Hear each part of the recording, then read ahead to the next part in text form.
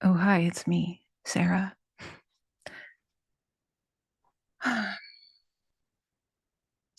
It's so funny how you put a mic in front of my face and my ability to communicate as I would just normally kind of becomes jammed. The signal gets jammed. Who I am off the mic versus who I am IRL often can be very fucking different. I put a lot of effort into being in integrity and being true to myself no matter where I am, whether that's in public, with a mic in front of me, with an audience, or alone in any situation. But it can't be denied that it does become challenging when many eyes are watching, or I don't know how many eyes are watching. The reason for this goes very deep, but a big part of it does tie into who I am and what I am, what I'm here to represent, which is a truth of being that can be extraordinarily difficult for a great many people to handle. And this, I have known this ever since I was extremely little, since I was a baby, that I resonate at a frequency that is incredibly irritating to people who are out of integrity to their own frequency.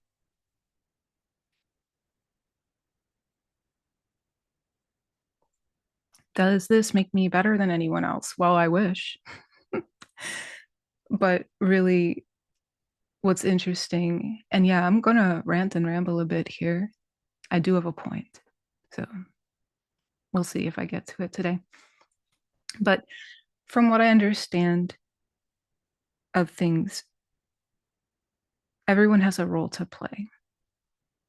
And we all, to some degree, do want to feel special, especially if we have Leo energy. This season we're in as well, for the next approximately like 18 or so years, 19 or so years. Part of our evolutionary imperative as a collective species is actually to accept that we do want to feel special, that we want to feel important. But how that is expressed is going to vary from person to person. Regardless, we want to be seen for who we really are and not for what others might assume we are. At least that recognition of that part, because it's going to vary from person to person how intense that desire is. But recognition of that desire, no matter how minuscule or grandiose, is part of our growth path at this point, in this season, in this age.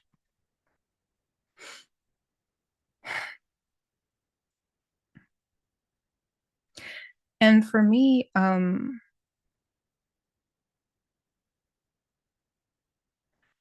it's kind of hard. It's kind of hard to be fully myself because of how triggering it can be for people. Um, when you're just being yourself and you point out things that people don't want to recognize or don't want to accept, it can incite reactions in people that, well, at least for me, it made it really difficult to feel safe to be myself. And yet, like where I'm at this point in time, it's become extremely necessary for me to work through that and be able to just be myself. It's necessary because I can't do what I came here to do. I can't really live my vocation if I'm not being fully myself. And like I said, I mean, this is a value that is very deep for me. I made a lot of progress to that end over the last, geez, like 15 plus years of concerted, focused effort on that, and the attempt to make it a more concerted effort from within for all my parts to be on board. But I won't lie. I mean, when you deal with a lot of psychological torment and these kinds of things from birth, and it's part of your evolutionary path to be very different, yet also somebody who wants to connect, it can be frustrating because it's like, well, how do I connect then? You'll hear people say things like, just be yourself. Well, if I were to just be myself and say what I want to say in the language I want to say, it could cause problems. So you have to learn how to use language. You know, it's important. Someone like myself, yes, definitely needs to learn how to use language, because there's something that I've learned that's also important is that, yeah, I can just say what I want to say and just say the fucking thing without trying to dance around it or pretty it up or make it in like present it in a way where the person can actually hear and just say it. What a relief. But if you have dealt with situations that have caused your nervous system to be in fight or flight mode, literally just by interacting with people because of how dangerous it was in the past, then just saying the thing can actually be being pushed through a signal that's already dissonant, a field that's already dissonant. So it's not actually always a viable solution.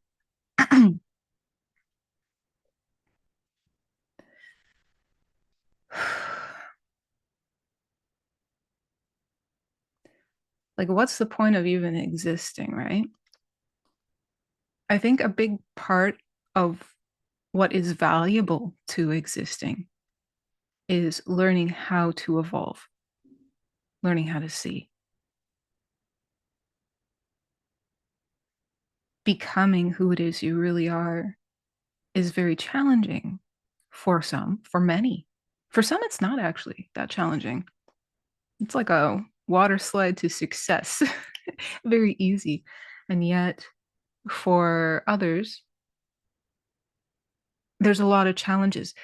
And yet, there's no value based on the person who had the easy route and the person who had the hard route. There's just different outcomes, necessities, and imperatives and results that arise. So when somebody's really challenged, if they face that challenge and succeed, the kind of wisdom they develop is immense and very idiosyncratic. So they have a very unique contribution to make um, to the whole, to society, to the species, for its own collective evolution. They have a contribution that is necessary to their own family line, their own family tree, their own bloodline, and uh, and of course to themselves. You know, there's a valuable contribution immeasurably to themselves, because when they're on their deathbed, they will know that they were true to themselves, that they were honorable, that they treated what they are, their spirit, their soul, their body, all of them, as much as possible, with honor and respect, with reverence,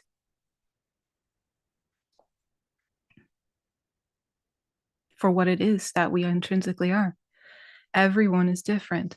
And like I was saying, like just for me, there's so many things I want to say. And I am right about a lot of things. I'm wrong about a lot of things too. But surprisingly, like there's a lot more that I'm right about than that I'm wrong about. And it doesn't matter though, because what matters for someone like myself, the path that I'm on, is can I connect so that what's being said is actually being heard? Can I connect so that who it is that I'm sending the message to is actually being seen, that is actually being heard, that I'm not in my own solipsistic bubble. And what's interesting is that you will hear a great many people say that that solipsism is bad. Solipsism bad. I agree. But it is, in a sense, a natural response that is getting conflated with narcissism. It is a natural response that most people are dealing with due to developmental, like being arrested at early developmental stages. And it causes a person to see the world from their bubble. And we all will to some extent. It's a subjective experience, yes. But it thickens that bubble to the point where it makes it extraordinarily difficult to sense and feel and see with clarity the other, the outside, for what it actually is, with respect for what it actually is. This isn't about some kumbaya, just loving everyone kind of a thing. Everyone's different, therefore we love them no matter what. No, what I'm trying to get to, the point I'm trying to get here is about being able to see clearly. So when we see clearly, we know how to interact, we know how to respond to others and the environment. So we can have a lot to say, we can have a lot of genius insights. But if they cannot be conveyed, then the potential that exists within them to grow something beautiful is sadly obstructed.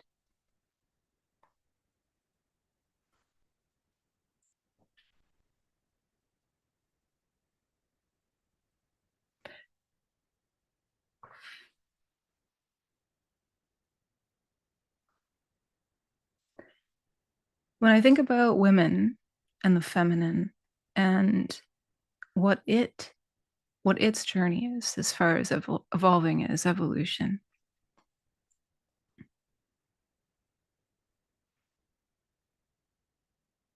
it's quite a frustrating one. It can be quite frustrating, especially, just thinking about a lot of the stuff I've also learned doing the series with Michael thus far, diving into studying some of the works that he has also suggested, going on my own path, connecting to my own soul and spirit, using tools like astrology as well, connecting to my ancestors and my community, my race.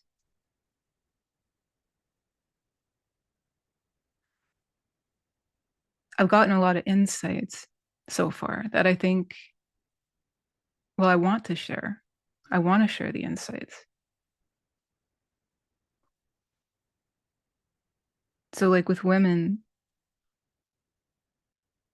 we're going to have masculine in us. We're going to have fire, right? I know this all too well. Got a lot of fire in my chart.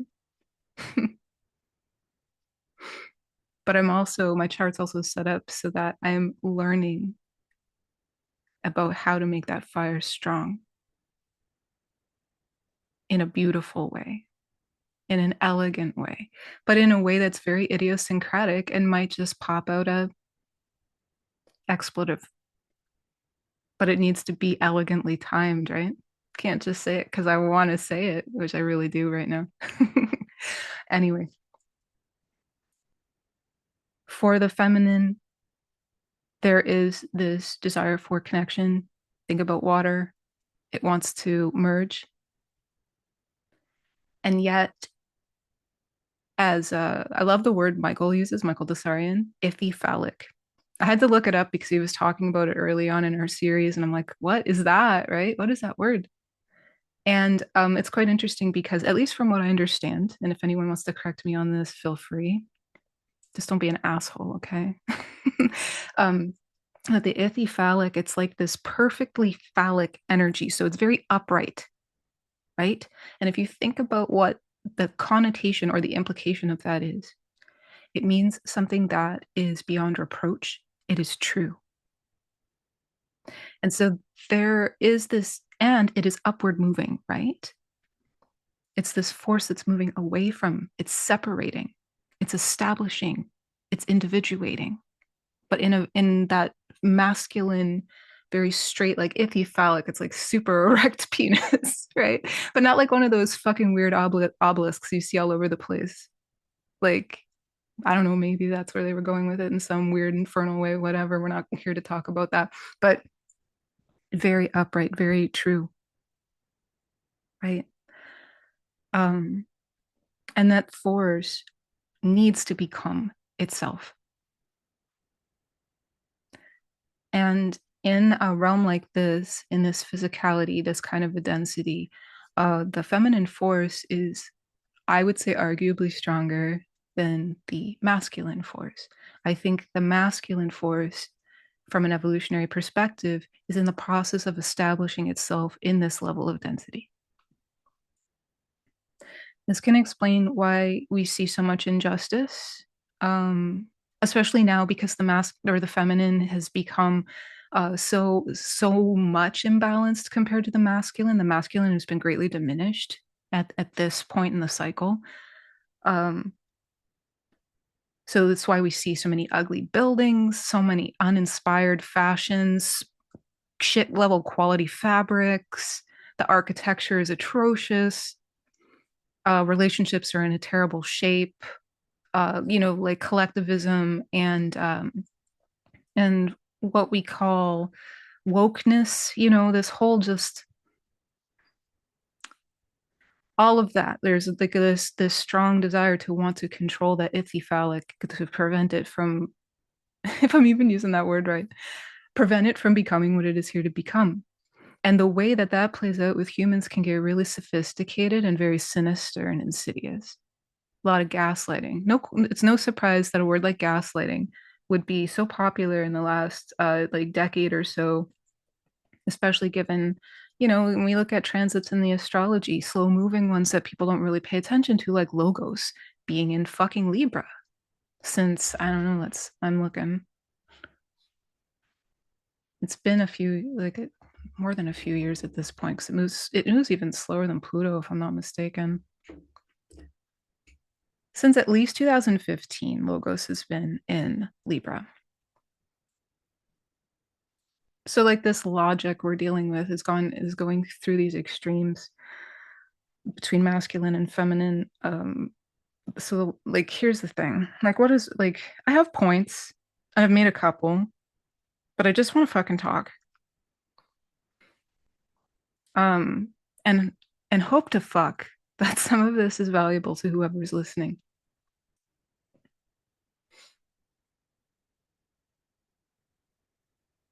I think that each of us, like I said, everyone here has something important to contribute. A big part of the process, though, is gonna deal with our masculine and our feminine. That feminine force, like I was saying, it wants to pull, it wants to merge, it doesn't want to let go. It wants to guarantee its safety and survival. And ironically, because of that nature, without the masculine force to complement it, to work with it, it will destroy itself. As I said, like when you look around the world and you look at the atrocious architecture, the terrible fashions, the uninspired colors and textures, the bland food, the bland people, we are seeing evidence of what happens when there is an imbalance happening within and then how it exists in the aggregate. And we can blame and we can describe the symptoms, the outcomes. But as far as viable solutions, which is a question that I see a lot in the comments, I see people asking just in passing when I'm interacting, what do we do? When is it going to get better? When is the weather going to get better? Here's the thing, the weather's great right now. And at all times, oddly enough, Even when it's harrowing, the weather, it's not the weather, whether it's good or bad. So, like, when I say it's great, I say that to say it's what we make of it. We need the masculine force. We need the qualities of the masculine. We need to respect and honor what masculinity is.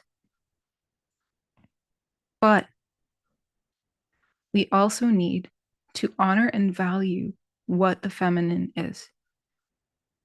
This means not lying about how you really feel, physically, emotionally, mentally, like psychologically. What's happening here in your experience? There's validity to it, no matter how irrational it appears to be to the logic. And yet, that irrationality cannot be allowed to just run unchecked. There's a dance that's happening here in this reality between the yin and the yang, between the masculine and the feminine. And so the masculine must be allowed to be brave and to explore. But it also has a responsibility to protect and contain, to listen, to observe in order to see.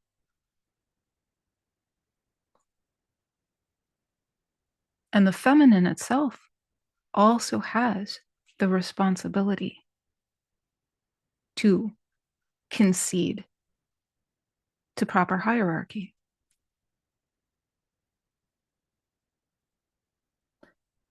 It has a responsibility and an imperative to concede to the individuating force. So that's going to be differences of expression.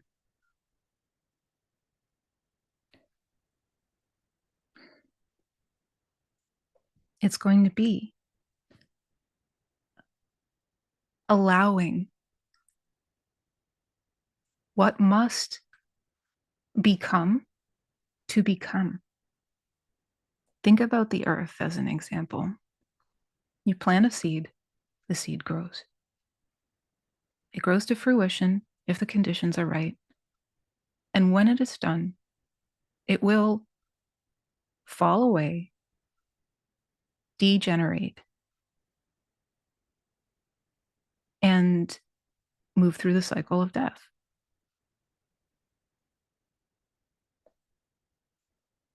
But every living being, like every human, right, has that imperative on some level, that imperative to live and become.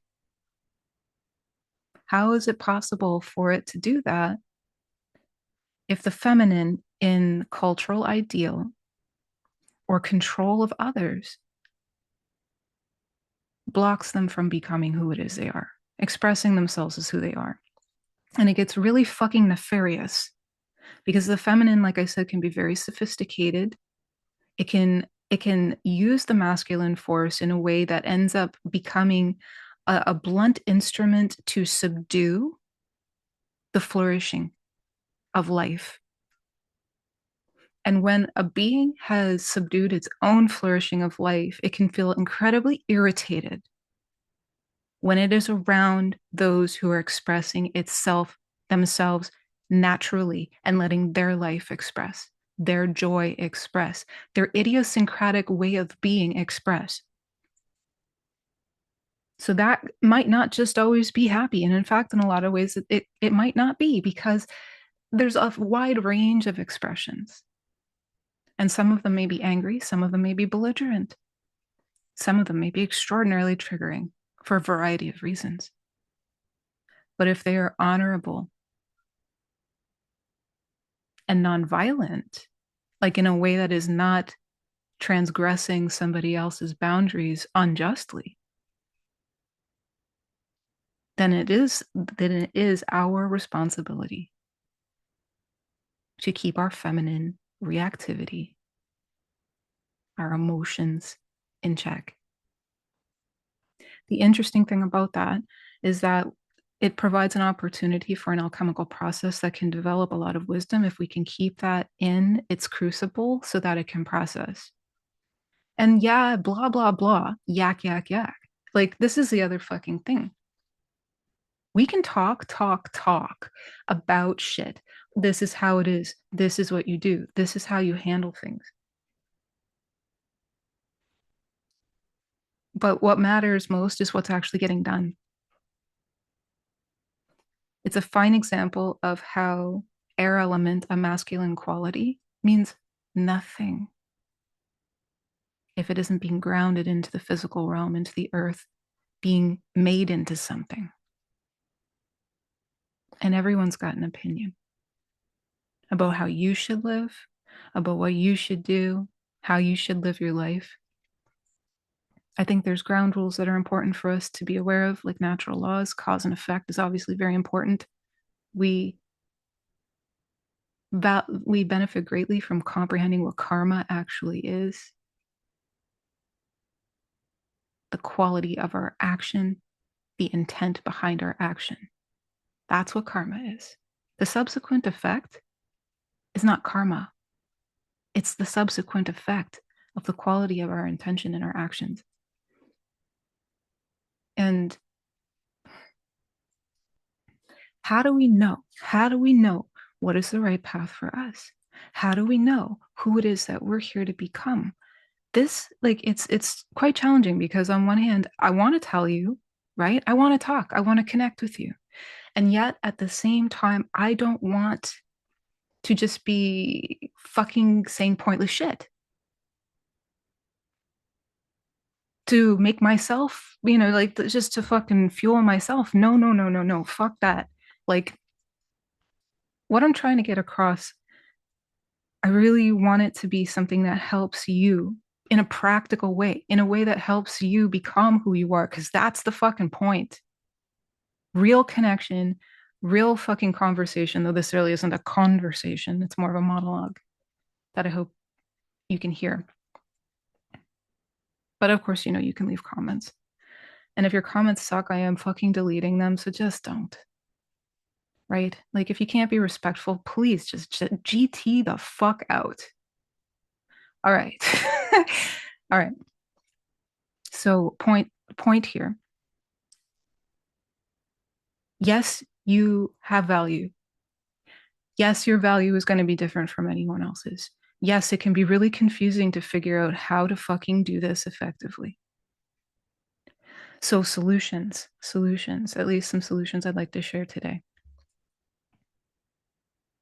Know that who you are is a contribution to the world if you allow yourself to be who it is you actually are. Part of the process that can help with that, let's just give some practical tools that you can use right now, astrologically at least. Because if you want to talk to me, this is something eventually, like, I don't know, I want to open something up so that I can connect with people, because my one-on-one conversations with people are where the real transformation happens. It's not really something I have open right now. But as far as something that you can do for yourself to connect to yourself, it's going to take some basic astrological knowledge, but I think that there's enough information online to make some connections. And if there's enough people who are interested, I don't know, it might be an offering I open to help people connect to this stuff and learn it if you want my help with that. But there's a lot of info online, really. And, despite how culty some of these communities can be, I would recommend looking at Jeff Wolf Green's material. Pay more attention to the material than the cult vibes, though, because, like, there's too much feminine in that group, and it's part of, like, it's a huge problem. But if you look at the material he's teaching specifically, you can learn a lot about your evolutionary path, why you came here, what imperatives does your own soul have for growth and fulfillment. And part of this process, right, is going to be looking at things like really basic, like they would say, look at the Pluto paradigm. Yeah. Okay, cool. Yeah, sweet. Thumbs up. But, like, let's look at something else today. Let's look at your Mars and your Venus. Really basic. There's more we could get into. It can go much deeper. We can look at house cusps and all this other stuff. But let's just go real basic right now.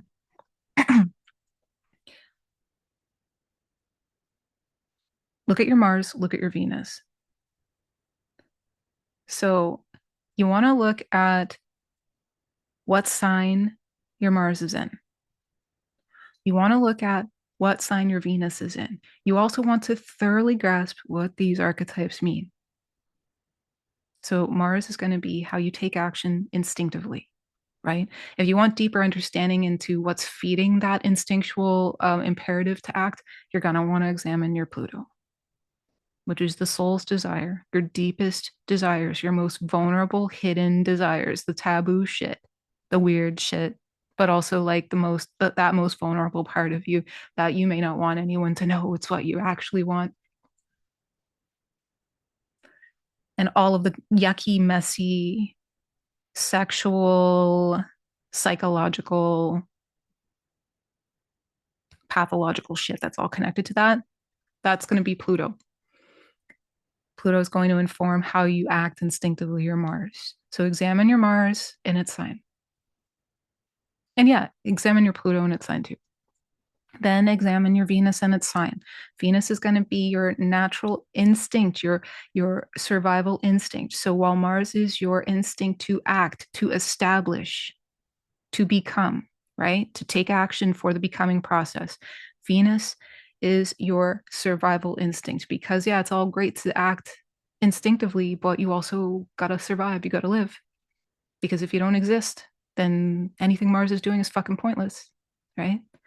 Um, so with Venus, it's going to be our survival instinct to keep us alive. But on the deeper levels, what's the most important so that this Mars is being informed how it wants or how best to act so that you develop Venus self-esteem, self-worth, awareness of your intrinsic value, right?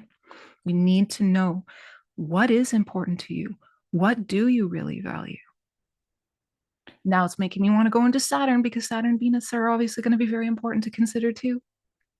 Because how to be in integrity to those values, you're going to want to consider, you got to consider Saturn because that is about what it is for you to become integrous in this life on the practical level. Are you walking your fucking talk? Right? So important. So yeah, okay. We could just focus on the Mars and the Venus, but I'm adding a little bit more in here and I'm trying not to go too off the fucking reservation because we can get a really specific, detailed composite of you by looking at the chart. But let's rein it in a bit, okay? This chunk should give you good value. So Venus is your values, your intrinsic values, your values, not your fucking parents' values, not society's values, not your lover's values, not your friends' values, not your fucking company's values, your race, whatever, your fucking values. Yes? Why is that important? Because if you don't have intrinsic value, then why are you even alive? What's the fucking point? Why are you even here? What do you have to contribute if you have no fucking value other than to be a fucking useless eater? That's not all you are. Unless it is all you are. But that's up to you, isn't it? So Venus will show you. And if you doubt, it's all the more reason to really think about this.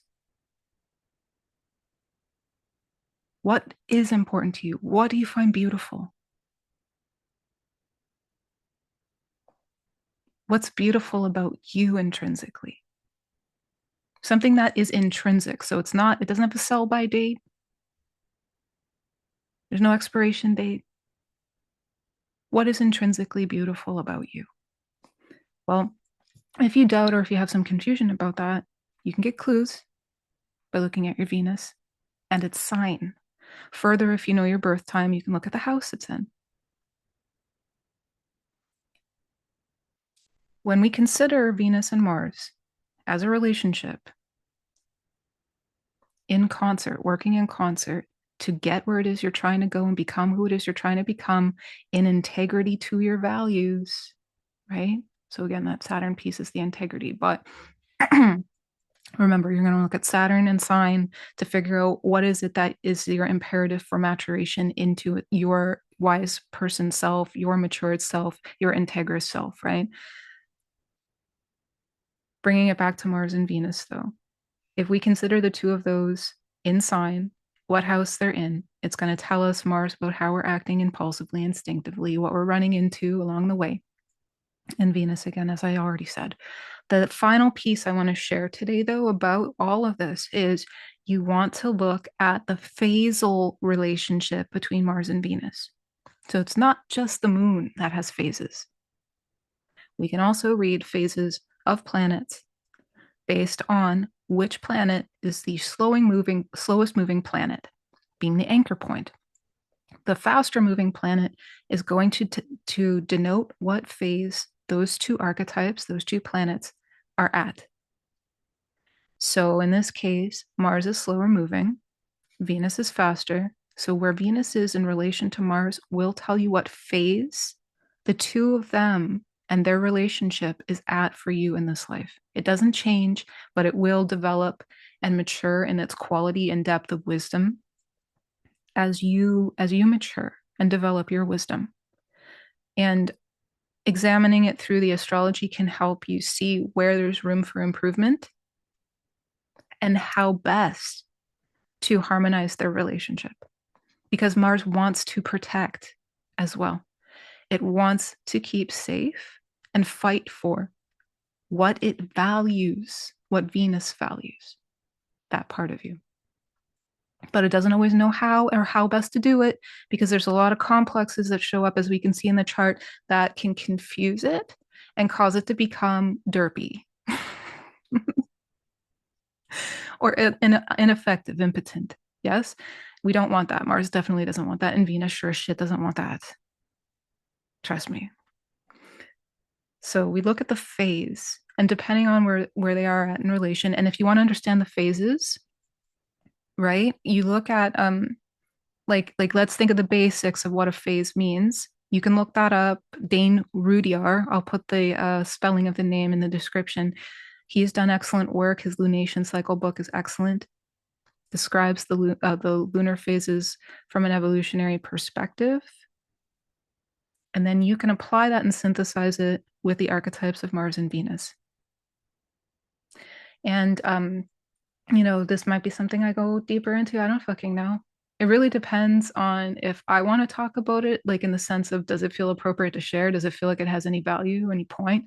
Or if there's some demand for it that seems viable to for me to put effort into, the effort seems like it would have a viable result, then okay. But for now, I think I've given you enough to go on.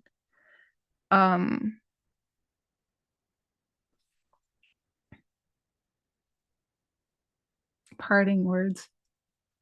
Well, I have this image in my mind of a family tree. We all have a family tree. And there's many parts of that tree. There's branches. You could say that's all of us, or the fruits of the tree, we could say, is us. And we become our own tree, but we come from a root, a family tree, right? So there's a lot of ways we can look at it. We could say we're the branch of the tree. We could say we're the fruit or the seed of the tree. It could be both concurrently. Regardless, we're connected to this family bloodline, this family tree through blood and bone, cellular connection, right? Like the DNA or whatever. And that tree, like I don't want to deify the ancestors like they're perfect, because a lot of our ancestors have fucked up really bad, made mistakes unwittingly. And some of them were honorable and just glorious. I mean, there's going to be a wide variety, or maybe not. I guess it depends on your family line. Some of them are pretty. But in any case, we have that link to our family by blood and bone, and there is an evolutionary imperative connected to that. But we also have an evolutionary imperative based on our own soul and spirit and what it wants to become. For us to become what we are here to become, we can get clues into that process by considering our family. What is the health and structure of our family? Where is the rot and the festering? What needs to be rehabilitated? What needs to be cut away? What needs to be enhanced or fostered? What new growth do you have to contribute? If you ignore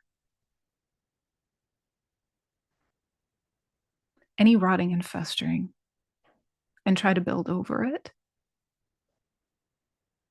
the festering will only destroy what you've worked so hard to establish.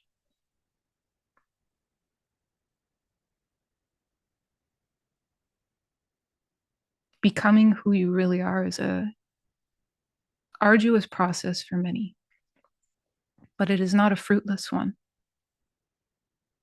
But the quality of the fruits, blah, blah, blah, right? Fucking insert meme quote here, inspiring quote here. I guess what I'm trying to say is that you do have a reason for being here. And you becoming who you really are and learning what it takes to do that, like with powerful integrity beyond reproach, it benefits so much more than you may see. This world has not taught us to value the process of becoming, and yet it is the most important contribution you could possibly make. Understanding how the feminine and the masculine can work in concert to that end, but also how they sabotage each other, how that works through you on a personal level. Understanding these things is imperative to that process as well. And so beneficial to comprehend this, especially from the basic natural law perspective, but also how that idiosyncratically is expressed and experienced through you.